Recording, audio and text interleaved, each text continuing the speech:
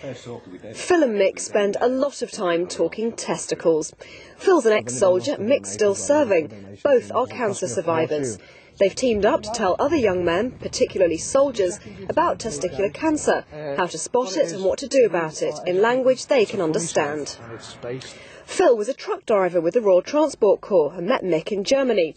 He left the army in '96 but called Mick 3 years ago to catch up on the news, only to discover that in those years Mick had survived testicular cancer, stomach cancer and a huge operation to remove tumours from his kidney and spine.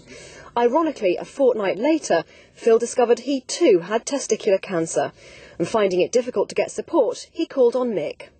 A couple of weeks later, as he said, he gave us a bell and said, look, I've got this, I've got that. So it was a case of, right, Phil, this is what's going to happen. Worst case scenario, this is what you're going to go through, this is what chemotherapy is like, this is what I went through. Each case is different. So just keep us informed, you know what I mean, and crack on. You know, at the time I was down here when I couldn't actually go. Obviously, because Mick's in the army and he's got enough on his plate as well.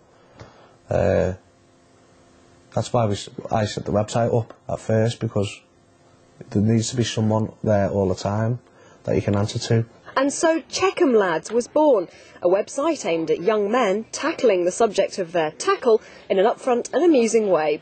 Finding the £3,000 a year to run it is difficult, but Phil has been helped out by his idol Steve White, drummer for Paul Weller and previously the Style Council, who he got to know at gigs and drum clinics.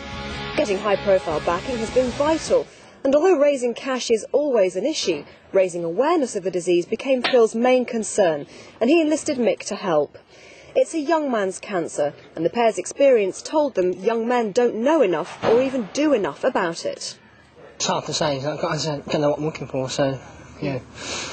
So really, you could do with a bit more education? Absolutely, yeah. No, it can lead to a lot more problems as well, as it can spread as well, so like, you have to do checks on yourself and that, and if anything happens, you obviously have to go see someone about it. And do you check yourself? Yeah. Do you? No. Do you think you ought to? Yes, I do, yeah. Will you start doing after today? Yeah, probably would, yeah. They're becoming more aware of it. Last year we done lectures on it for the troops that are out there and stuff like that, just to kind of give them a brief oversight and things, what they should be looking for, that kind of thing.